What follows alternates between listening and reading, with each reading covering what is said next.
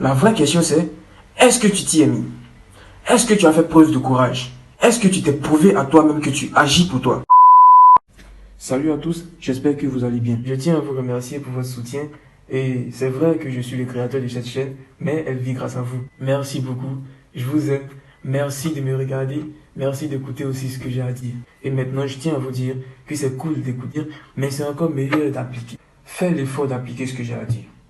C'est important. Dans la vidéo précédente, je vous ai parlé brièvement de la confiance en soi et de ce que ça implique. Mais je me suis assis, j'ai réfléchi et je me suis dit, c'est bien beau de parler de confiance en soi, mais pourquoi pas mettre en place des astuces simples et efficaces pour être plus confiant et enfin être la version pro de soi-même. Donc, dans cette vidéo, je te présente 10 astuces simples et efficaces pour être plus confiant. C'est parti.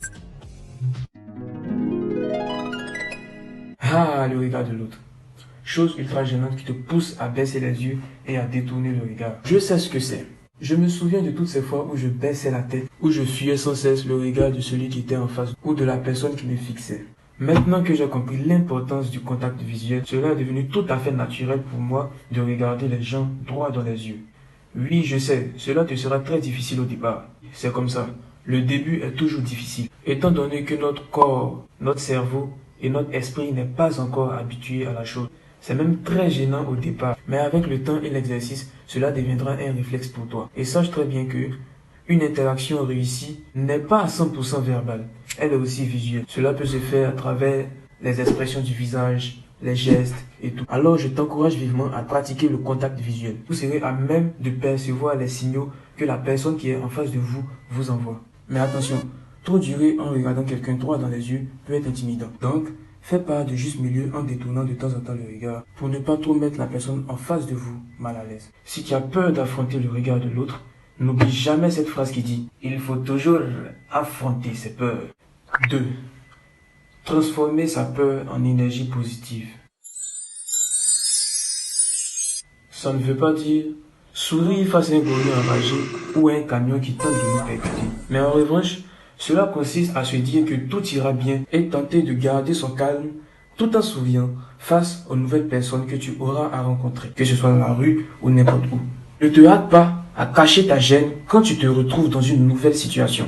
C'est tout à fait naturel. Au contraire, souris, verbalise tes émotions et pourquoi pas, va à la rencontre de cette personne qui fait battre ton cœur ou de la personne dont tu as honte ou peur d'approcher. Astuce numéro 3. Crée le contact. Quand vas-tu enfin te décider à aller parler à cette ravissante personne que tu viens de rencontrer ou à cette jeune fille qui fait battre ton cœur dans le quartier ou dans l'endroit où tu te trouves? Quand? Cette personne dont tu t'es dit plus de 150 fois que tu allais lui parler la prochaine fois que tu la verrais. Crée le contact entre toi et les autres plus souvent pour mieux dompter cette peur et l'effacer s'il le faut. Qui sait, peut-être que c'est l'opportunité que tu attendais depuis longtemps ou que cette personne changera ta vie. On sait jamais. Plus tu parleras aux gens qui t'entourent, plus tu seras confiant. Astuce 4. Prenez des risques. Prends le risque. Fais les choses que tu aimes faire ou les choses dont tu as toujours rêvé de faire et dont tu as eu peur de faire. Même si ce risque résulte en un échec, réessaie. Essaie toujours de trouver une solution. Never give up. Monte ce projet dont tu as toujours rêvé. On n'aime pas prendre de risques puisqu'on déteste échouer. Il faut pourtant apprendre de ses échecs. On se voit toujours faire les choses parfaitement. Toujours réussir. On se dit alors que si on ne prend pas de risques, on évite d'échouer. Mais c'est totalement faux. C'est totalement l'inverse. Tu as perdu 100% des risques que tu n'as pas pris. Imagine un instant ce que tu aurais eu de bon si tu avais pris ne serait-ce qu'un seul risque et qu'au final ça aurait marché. En fin de compte, ce n'est pas le résultat qui compte.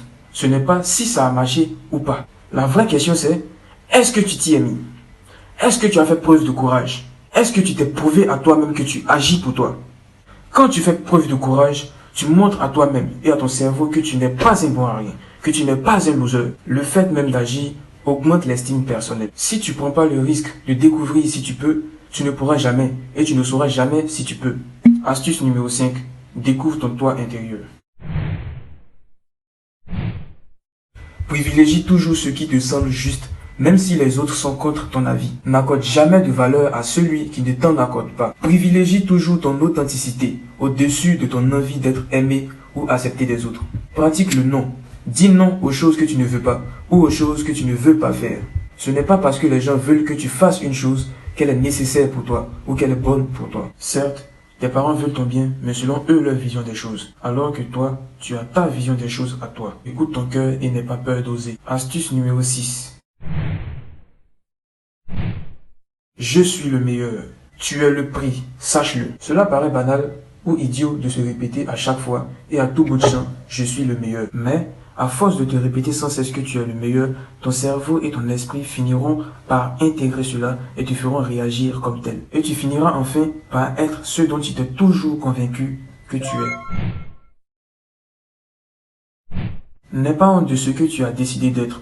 Écris-le haut et fort sur tous les toits. Certes, parler fort n'est pas un signe de confiance en soi, mais cela permet de s'affirmer. Et c'est certainement plus efficace que de chuchoter avec la main devant la bouche. Adresse-toi directement à la personne concernée et regarde-la droit dans les yeux. Fixe-toi des objectifs réalisables. Ton manque de confiance en toi vient d'un sentiment d'échec. Arrête de te fixer ou d'accepter des objectifs inaccessibles. L'une des clés de la confiance en soi est le réalisme. Tu dois connaître tes capacités et surtout tes limites et voir si tu peux les surmonter ou pas. S'il le faut, segmente, divise ton objectif en plusieurs petites étapes intermédiaires. Réussir ces petites étapes t'aidera à atteindre tes buts, à condition que ceux-ci soient raisonnables. Accepte tes erreurs. Pour éviter les échecs, tu dois accepter tes erreurs. Évalue de manière précise les raisons de tes échecs passés, aussi bien professionnels que privés. En évitant de reproduire d'anciennes erreurs, tu ne pourras que t'améliorer. Astuce numéro 10. Pratique le sport. C'est l'astuce la plus importante car à elle seule, elle englobe toutes les autres astuces sans qu'on s'en rende compte. La majorité des grands sportifs possèdent en eux toutes ces qualités. Il est prouvé scientifiquement que le sport permet à l'organisme de libérer naturellement les hormones de bien-être, les endorphines. Tu te sentiras alors mieux et ton degré d'anxiété sera réduit de manière considérable. Et surtout, ton sommeil sera apaisé. Le sport permet aussi à ton cerveau de libérer naturellement de la dopamine qui intervient dans le mécanisme de la récompense en psychologie. Par conséquent, tu seras plus confiant. Nous voilà à la fin de cette vidéo. Merci d'avoir regardé. J'espère que tu as bien profité et que tu as pris note. Ce fut un réel plaisir pour moi de partager avec vous ces 10 astuces simples et efficaces pour être plus confiant.